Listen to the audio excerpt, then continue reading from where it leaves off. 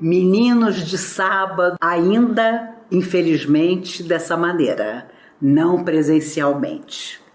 Mas, em breve, quem sabe, vamos mentalizar, vacinados por todas as vacinas que pudermos tomar, nos reveremos e poderemos falar dessa experiência intensa, difícil, que foi passar todo o ano de 2020, cada um no seu pedaço.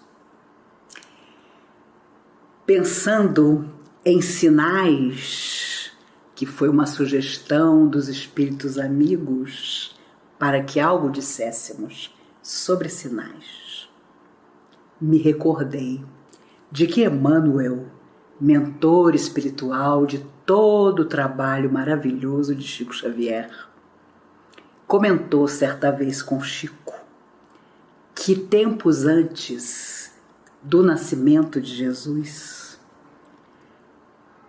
uma força, uma luz, um riso, uma alegria inexplicável podia ser detectada em toda parte. Imagine, o povo hebreu há tanto tempo escravo, há séculos. Os romanos, sempre acostumados à guerra, à loucura, mas, inexplicavelmente, tanto uns como outros, tanto escravos como senhores, sentiam na sua alma, sem até que soubessem explicar exatamente como e por quê, sentiam algo que podia ser traduzido por muitos como uma esperança. Como se pudessem sonhar alguma coisa e pela primeira vez pensar que aquele sonho podia se tornar realidade. Era algo tão palpável que as pessoas mais humildes, mais simples, e essas com certeza têm muito mais facilidade de detectar sentimentos, nobres principalmente, conversavam entre si sobre isso. Elas mesmas não sabiam explicar que alegria inesperada era aquela que de repente aparecia. E Emmanuel contou ao Chico que era algo tão forte, tão poderoso, que não pôde ser ignorado. Porque, na verdade, toda a pleiade magnífica de almas de luz planejava, organizava, preparava o planeta para o nascimento da alma mais perfeita que já viveu nele. Era um sinal que as pessoas nem sabiam aonde as levaria, mas havia alguma coisa. E quantos sinais ao longo da nossa vida na Terra nos vêm trazidos, provocados muitas vezes pelas próprias forças que nos querem ajudar. Assim como também existem sinais pelos quais muitas vezes estamos hipnotizados e que são promovidos pelas forças que não querem a nossa felicidade. Quantos sinais nos são dados por esses que nos protegem, invisíveis aos nossos olhos, até que, em determinado momento, caímos em situação dolorosa. Embora quase todos nós, nas nossas horas difíceis, digamos que não percebemos, que não fomos avisados, que alguém nos enganou porque era um especialista em nos enganar, porque não percebemos em momento algum qual era a real intenção daquela pessoa. Os amigos espirituais nos dizem que nós é que muitas vezes não temos os olhos de ver, os ouvidos de ouvir e principalmente sentir no nosso coração. Há muito tempo atrás, eu era garota ainda, Dr. Bezerra de Menezes, através de Dona Irene Carvalho, numa reunião na comunhão, eu não me lembro nem qual era o assunto da reunião, mas eu, embora ainda garota, já fazia parte da diretoria da casa e alguma coisa eu disse, né? Alguma dúvida, alguma coisa que não estava me fazendo bem. Estávamos todos reunidos e Dr. Bezerra de Menezes, naturalmente presente, incorporado na Dona Irene, e eu me recordo de que ele disse para mim: minha filha, confie sempre na sua intuição. São as palavras do alto chegando ao seu coração. E aí virou-se para todo mundo e disse: todos nós deveríamos ouvir a voz interior que nos convoca a enxergar sinais inequívocos das mudanças que precisamos fazer e das indignações que precisamos ter para mudar a nós mesmos e a vida em torno de nós. Com certeza, ainda que nessa vida que transcorre para todos nós atualmente encarnados, nós tenhamos dado um jeitinho de melhorar bastante, uma vez retornando à pátria dos espíritos, com certeza, ainda assim, nossos protetores e amigos vão nos lembrar de sinais importantes que nós teremos talvez ignorado e que serviriam grandemente para a nossa renovação. E é óbvio, fica complicado quando estamos, por exemplo, vivendo fases extremamente felizes da nossa vida, a tentar ou pensar por um momento que nem sempre será daquela maneira.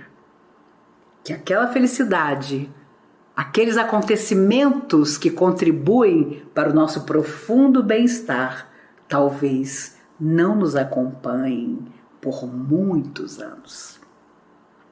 Talvez venham situações difíceis que nos contrariem profundamente ou que nos coloquem em solidão, mas quando estamos muito felizes, não queremos enxergar isso. E nem devemos aproveitar sim toda a felicidade possível. Mas aprendemos, ao ver a biografia dos grandes homens e mulheres que já passaram pela Terra, cumprindo o seu próprio dever e vencendo a si mesmos, que desde muito cedo foram perseguidos por sinais. Desde crianças, como Joana d'Arc, para citar só um exemplo, perceberam que o seu destino seria muito diverso daquilo que seu coração secretamente pretendia. Uma vida simples, uma vida sem questionamentos, sem dificuldades. De vez em quando você não sente falta de um tempo em que a sua consciência não estava absolutamente desperta e você considerava normal tudo o que acontecia no mundo, principalmente o que acontecia de errado dentro de você? De vez em quando, em dias difíceis como os que atravessamos, dá quase saudade da nossa inconsciência. Porque a partir do momento em que a nossa consciência está desperta, aquilo que agrada tanto ao outro, a nós, não causa espécie alguma. Aquilo que torna o outro um poço de alegria, a nós causa uma certa preocupação. A conversa, que parece tão atrativa para a maioria das pessoas, a você já não causa toda essa satisfação de estar junto. E ficamos quase melancólicos, quase tristonhos, porque parece que nada nos dá sinal de que nós podemos ser felizes. Consciência desperta às vezes causa isso. O querer ainda se iludir e não conseguir mais. Quantas e quantas vezes em vidas que se foram, ou até nessa mesma, nós gostamos de nos iludir e de iludir o outro, mesmo sabedores de que a desilusão viria, porque nós não seríamos capazes de cumprir aquilo que inicialmente planejávamos e o outro não pretendia fazê-lo também. Nas relações amorosas, afetivas, aí é que fica complicado. Porque quantas vezes alguém que um dia nos amou nos dá sinais de que aquele sentimento transformou-se ou que nem existe mais e nós fazemos uma força danada para não acreditar. Nós tentamos de todas as maneiras imaginar que amanhã virá a solução. No fundo, ele ou ela vai melhorar. E muitas vezes isso não acontece. Quantos relatos já ouvi de pessoas que chegaram a perder a própria vida de forma violenta na mão de pessoas que elas julgavam conseguir e poder ajudar, retirar dos vícios. Consideravam tanto que havia sinais de que aquela pessoa queria mudar que não desistiam. Mesmo quando os outros sinais de agressividade, de violência, de descaso, de querer permanecer naquele estado de conflito total eram muito maiores. E aí entra o nosso discernimento, que às vezes não convive bem com enormes sentimentos que temos em relação a outra pessoa. Mas, quando ela não quer ajuda de jeito nenhum, nos dá sinais irrevogáveis. Ainda que ela não tenha coragem de nos dizer que nada quer ter conosco, que o caminho dela é outro, que ela não almeja estar ao nosso lado, nós sempre vamos imaginar que aquilo é uma perturbação espiritual, aquilo vai melhorar. Depois que ela tomar uma série de passos no centro espírita, ela vai ficar ótima, ela vai olhar as nossas verdadeiras intenções com carinho. E muitas vezes isso não acontece. E quando é filho, então? Já conversei com muita gente que em lágrimas dolorosas me falava de todos os bons exemplos que havia dado a filhos que nunca conseguiram se recuperar de grandes tragédias para as quais eles correram. Embora todos os sinais que os pais, que os responsáveis, que a família deu de que podia abrigá-los e ajudá-los numa grande transformação. É claro que quando nós planejamos a nossa vida na Terra, os nossos mentores se debruçam conosco sobre aquilo que serão as nossas maiores dificuldades. No fundo, sempre que podem, respeitando o nosso livre-arbítrio, eles fazem um mapa dos sinais que a vida vai trazer para nós. Porque, é óbvio, sabemos, energias existem e, uma vez afinizados com determinadas energias, elas nos buscam onde estivermos, porque são semelhantes. E somos avisados. Olha, em determinado período da sua vida, há grande probabilidade de acontecer isso, isso, isso. E é óbvio, no nosso anseio de voltar, no nosso desejo, no nosso ímpeto de finalmente avançar, quase correndo para o processo evolutivo positivo, nós dizemos, não tem problema. Tudo que vier, estou preparado. Olha, fulano, não, imagine, fulano, deixa comigo, resolva a minha questão com fulano rapidinho. Beltrano não vai ser meu filho? Ah, meu Deus, vai ser a maior facilidade. É claro que quando todos nos corporificamos, as facilidades parece que ficaram do outro lado da vida. Porque os conflitos, assim como os amores, são sinais de fracassos que tivemos. e que agora nos cabe corrigir. Os amores nos sustentam, são sinais de luz, de bênção, são as coisas boas que nós já construímos no coração do outro em relação a nós.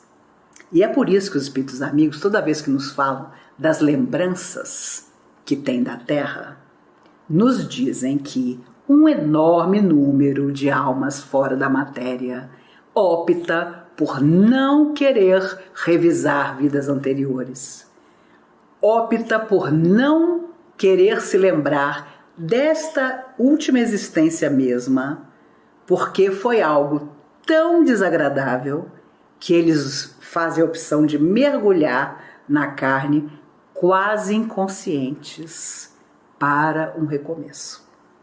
Mas aquele que tem a oportunidade de ficar mais tempo desencarnado, naturalmente tem a chance de fazer uma pesquisa maior. E dependendo do que é sua alma, você se interessa mesmo. Olha, né, vamos ver aqui, vamos levantar um pouquinho o véu das vidas que se foram, para eu saber para onde me dirigir. Quais os sinais que as minhas vidas que se passaram me dão do que eu preciso fazer agora. E os amigos espirituais dizem que muitas vezes quando nos propõem uma vida de sacrifício, porque nos propõe que a nossa saúde não seja perfeita, ou que tenhamos filhos com grandes dificuldades de saúde, ou de compreensão na sua emoção, geralmente, dizem eles, pela nossa própria incompetência espiritual, nós começamos a colocar condições. Não, eu acho que isso não tá para mim não, isso aí eu não mereço não, isso aí eu não vou aguentar. Mas dizem eles que basta, quando nós estamos insistindo muito em vir com uma vida mansa, basta que eles rapidamente e por um segundo levantem pequeno pedacinho do véu do nosso esquecimento e nós caímos em pranto, implorando pelas maiores dores e lutas, que serão sempre os sinais de que nós estamos devendo a nós mesmos e ao mundo e às pessoas uma real reparação.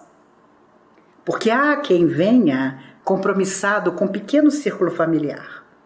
E ali estão os sinais.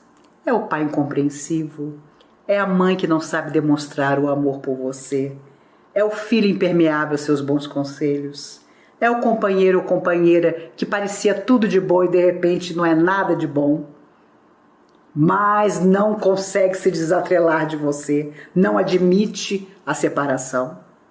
E quantas mulheres de forma absurda e violenta têm perdido a vida simplesmente porque dizem: eu não quero mais estar junto de você.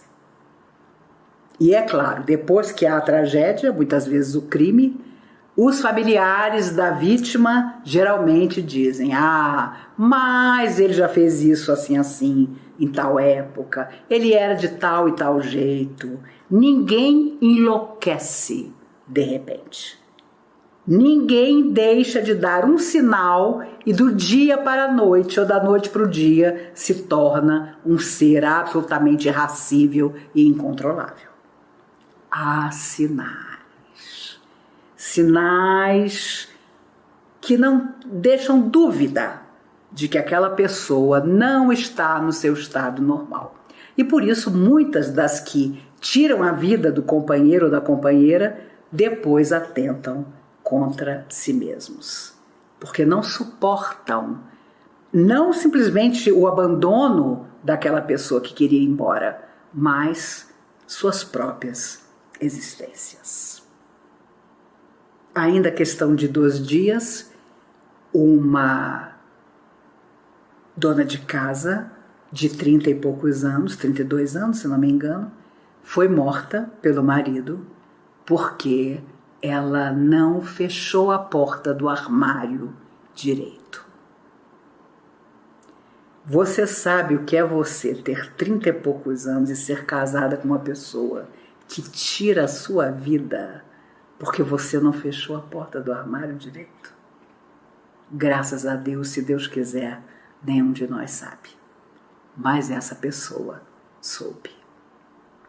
Por isso, quando se diz que a Terra ainda é um planeta de provas e expiações, nós estamos dizendo que todo mundo junto e misturado veio.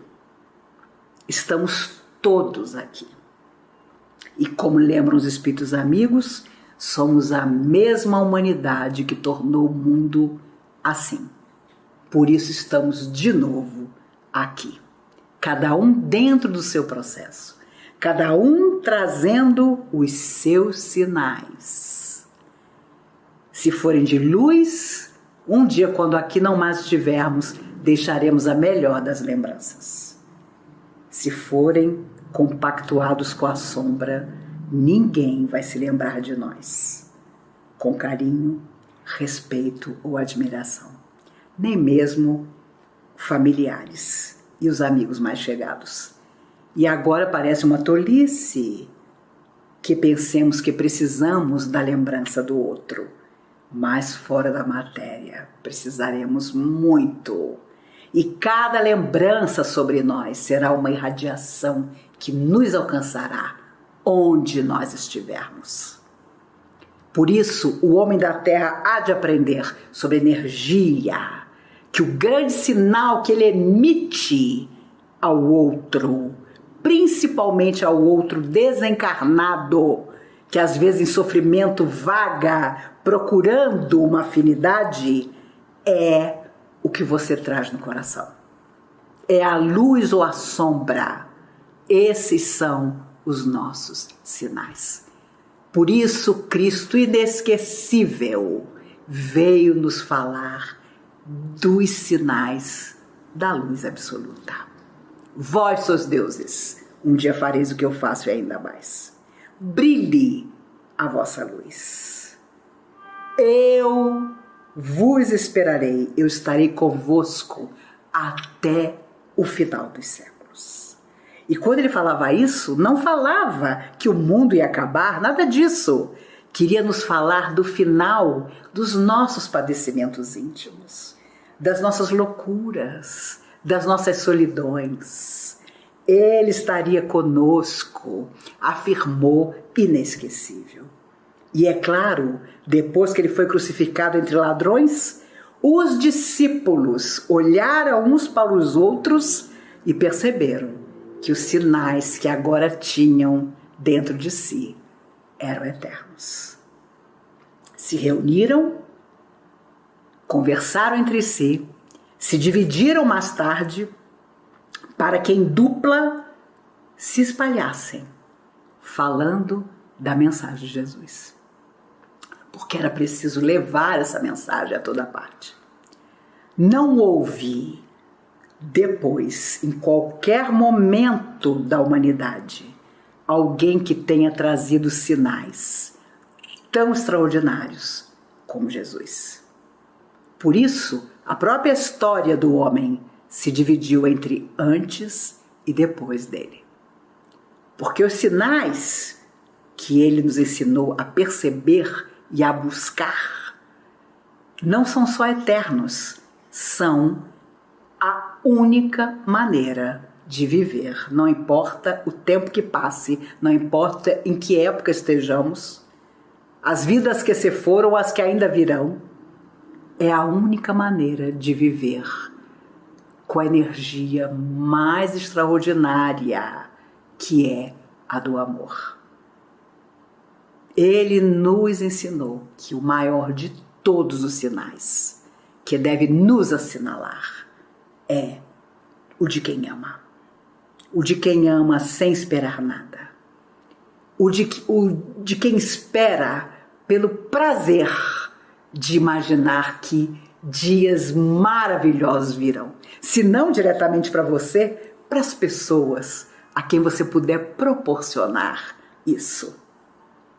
Se cada missionário que passou pela Terra pensasse na sua felicidade pessoal, na sua própria conveniência, não teria feito nada. Porque praticamente nenhum deles conheceu um dia de real satisfação, de real felicidade. Muito ao contrário, sacrifícios, renúncia. pessoas que os acusavam de qualquer coisa por nada, e quantos deles foram levados à fogueira. E não cabe aqui entre nós nenhuma crítica aos nossos irmãos de outras religiões que porventura promoveram isso, porque nós somos os irmãos das outras religiões. Só que voltamos, assumimos outros corpos para, quem sabe, consertar. Se nos enamoramos dos postulados da doutrina espírita, todos maravilhosos, não será por acaso. Porque essa doutrina nos fala de uma total modificação interior. Nos fala da liberdade de escolher o que quisermos, na certeza de que a colheita será inevitavelmente nossa. Não serão precisos sinais do mundo espiritual. Não vai aparecer nada no céu. Quando a pandemia começou, eu brincava com todo mundo dizendo que minhas janelas de casa estariam escancaradas, porque eu tinha a impressão de que seres de outro planeta finalmente viriam à Terra para nos dizer: e aí? Vocês precisam de ajuda? Mas eu acho que eles sabem que cada um de nós passa pelo processo de que necessita. E quem pode afirmar que outros planetas já não vivenciaram situações dolorosas para o seu processo de aprendizado, como a Terra já vivenciou tantos e vivencia este mais uma vez? No ano que vem, quando estivermos vacinados, por exemplo, nós vamos precisar ter todo cuidado e carinho com as crianças, com os adolescentes, com os idosos, como sempre deveríamos ter tido. Com certeza eles vão emitir sinais das consequências emocionais desse ano tão atípico que tiveram que viver. Você dizer a uma criança de 3, de 5, de 8 anos que ela não pode brincar no parquinho, que se ela voltar para o colégio ela não pode estar em contato, como ela sempre gostou de estar, com os amiguinhos. Nós vamos ter que consertar muita coisa. Os educadores terão que ser ainda mais educadores. As famílias terão que ser ainda mais amorosas. Tudo isso é ensinamento que essas gerações que vieram depois de nós vão levar por muito tempo. E nós vamos precisar ainda estar aqui para poder ajudar nesse processo. É claro que aqueles que partem, com certeza serão convocados por sinais de amizade, de carinho dos amigos espirituais a futuramente retornarem. E eu costumo dizer às pessoas que a minha geração já não precisa mais viver outra pandemia. Vamos deixar que isso aconteça para gerações que vierem depois. Se Deus quiser, isso não vai se repetir. Mas os ensinamentos precisam ficar. Senão de nada terá adiantado. Tenho certeza que quase todos nós no mundo tivemos a oportunidade de pensar sobre como nós queremos terminar esse processo, que é muito mais do que se respeitar e respeitar o outro, não se contaminando e não permitindo contaminar o outro. É muito mais do que isso. É saber que enquanto estivermos na Terra, nós aqui estamos para viver o processo que a Terra nos possibilita. Com todo o aprendizado, com toda a beleza, com toda a garra. É quando nós estivermos mais confinados, irmos em busca de tudo que precisa no mundo todo ser mudado para melhor. E vamos fazer isso com toda a força do mundo. Porque às vezes um jovem de 30 anos é mais acomodado que um homem de 80 anos. Sempre gosto de contar aqui a história de uma senhora, já desencarnada com certeza, porque essa história já tem muitos anos. Ela tinha 93 anos e ainda dirigia. E ela foi entrevistada na televisão. E a repórter jovem, impressionada. Mas a senhora com essa idade foi aprovada mais uma vez pelo Departamento de Trânsito para continuar dirigindo seu carrinho. Ela, é verdade. A senhora ainda tem algum familiar? Não, já morreram todos, inclusive meu único filho, meu esposo, meus amigos. E a senhora fez o quê? Arranjei novos amigos, continuei dirigindo, gosto de tomar café com as minhas amigas, todas muito mais jovens do que eu. Naqueles minutos na televisão, ela deu uma lição de vida. Como Dona Canoas, mãe de Caetano Veloso, quando fez 103 anos na porta da igreja de Salvador, a repórter perguntou, me diga, Dona Canoa, como chegar a 103 anos assim como a senhora? Lúcida, maravilhosa. Ela virou-se e disse, minha filha, não sei. A única coisa que eu sei é que tudo que a vida me deu, eu devolvi para ela. Existe um sinal maior do que esse? Não existe. Há muitos anos atrás, havia no cinema mudo uma atriz belíssima chamada Gloria Swanson. Ela era uma mulher inteligentíssima, mas naquela época não se falava da inteligência da mulher. Mas ela era uma mulher muito inteligente. Ela discutia os próprios contratos. Ela não tinha intermediários em Hollywood. Os diretores e donos de estúdio eram apaixonados por ela, a respeitavam. Ela dava naquela época sinais do que viriam ser as mulheres muito tempo depois. Basta dizer que Bette Davis, outra atriz magnífica, era muito comparada com Gloria Swanson. Gloria Swanson tinha um amante, como se chamava naquela época. Era John Kennedy, o pai daquele que viria a ser o presidente americano, John Fitzgerald Kennedy Jr. Eles eram amantes, ela é muito apaixonada por ele, a esposa, que inclusive faleceu com 104 anos, e talvez nunca tenha perguntado ao marido, não se perguntava naquela época, né? Hoje muitas mulheres não perguntam, quando a pessoa desaparece por horas, o que ela está fazendo, embora ela dê sinais de que se não está em casa, há alguma coisa. Mas Gloria Swanson era muito apaixonada pelo velho Joey, como era chamado. Só que esse homem, Joey Kennedy, ficou completamente falido. E justamente no momento em que o filho ascendia como candidato à presidência dos Estados Unidos. Ele perdeu tudo que tinha. E não tinha nem como confessar à família, aos filhos, principalmente ao filho que já era um candidato à política, que ele não tinha mais dinheiro nenhum. Ela, a atriz Gloria Swanson, pegou uma caixa onde guardava todas as joias maravilhosas que o velho Joey lhe havia dado. Vendeu tudo. Arrecadou mais de $1 milhão. Imaginem o que era mais de $1 milhão naquela época. E entregou o dinheiro a ele. Cada joia, cada anel, cada colar, cada tiara que ela havia ganhado, ela vendeu, transformou em dinheiro e entregou ao velho Joey.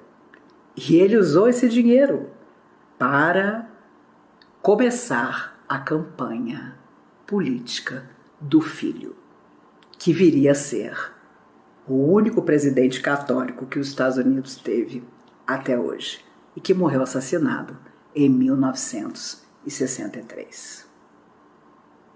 Provavelmente, num sinal inequívoco de que aquele dinheiro não tinha caído do céu, mesmo assim, a esposa do velho Joey nunca deve ter perguntado a ele onde foi que aquele dinheiro apareceu, de onde foi que aquele dinheiro apareceu. Nenhum dos seus filhos também. e talvez nem mesmo seu filho candidato. Ela, já mais velha, fez um filme que traduziu o final da sua vida em Hollywood, Sunset Boulevard. Um filme maravilhoso, um verdadeiro clássico, em que que conta a história de uma atriz esquecida que finge ter ainda o glamour e o prestígio da Hollywood em que tinha sido a rainha, e vai à loucura, porque só a loucura para que ela pudesse ignorar todos os sinais que a vida lhe dava de que ninguém mais lembrava quem ela era. Quem nunca assistiu, assista. Um grande filme. Preto e branco, claro. William Holden, que também trabalha no filme, começava na sua carreira. E hoje, inclusive, quando estou com vocês através do computador, recebi a notícia da morte de Sean Connery, o eterno James Bond, um dos homens mais bonitos que Hollywood já teve. Um homem impressionante pela sua inteligência, pela sua beleza externa, mas pelo seu coração também. Morreu aos 90 anos, dormindo. Não é para qualquer um, é para quem merece. Mais um da antiga Hollywood que parte. Praticamente não existe mais ninguém daquela época. E que época em que uma mulher tinha sido tão apaixonada por um homem que vende todas as joias que esse homem lhe havia dado para ajudá-lo. E só muitos anos depois da morte dela, e também da morte do velho Joey, e também do filho John, é que a história foi contada. Porque quem sabia guardou o segredo. O grande sinal de que nós estamos fazendo tudo o que é possível para melhorar o mundo e nós mesmos é quando nós vamos dormir e conseguimos colocar a cabeça no travesseiro e não ficamos vendo fantasmas dentro do nosso quarto. Aquilo que nos assombra não é o que nós fizemos de mal ou o que nós deixamos de fazer para o bem que poderíamos ter feito. O que nos deve assombrar são todas as vezes que a vida nos convida a um sinal de luz profunda e nós nos negamos a isso. Parece uma tolice, mas um dia lamentaremos amargamente o gesto que nos faltou, o silêncio com que poderíamos ter encerrado um assunto doloroso, os olhos que deixaram de enxergar beleza, mesmo onde a beleza não existia. Hoje que a humanidade vive de sinais completamente trocados, vive de acreditar, como disse Jesus que seria um dia, o Senhor está ali, o Senhor está aqui, o Senhor está lá. Mas nós sabemos que Jesus sempre estará na hora mais difícil das nossas vidas, quando, apesar de tudo, o sinal que nos tornará diferentes uns dos outros é poder fazer o nosso melhor. Tenho certeza absoluta que até nos encontrarmos vacinados presencialmente na querida Comunhão Espírita de Brasília, naquele salão que nos aguarda nos meses futuros, onde estivermos, nós emitiremos sinais de coisas boas. Está difícil para todos nós, mas Jesus nunca disse que seria fácil. Ele nos apontou todos os caminhos da beleza e da paz, mas os caminhos da facilidade, não. Por isso que até lá nós possamos fazer o nosso melhor, por mais que nos custe. E com certeza, o sinal que vai nos tornar diferentes é um sinal de paz verdadeira. O sinal da cruz existe porque era assim que discretamente os cristãos se identificavam. Ali você sabia, havia um cristão. E depois houve outras formas, porque os soldados, romanos descobriram que esse era o sinal. E aí então foi preciso encontrar outras maneiras, mais disfarçadas ainda, de passar o sinal de que você era um cristão. Como provavelmente nós, os espíritas de hoje, somos os perseguidores dos cristãos de ontem, vamos desejar que os sinais pelos quais nos identifiquemos sejam da eterna alegria de quem, mesmo sem saber como, faz sempre o seu melhor.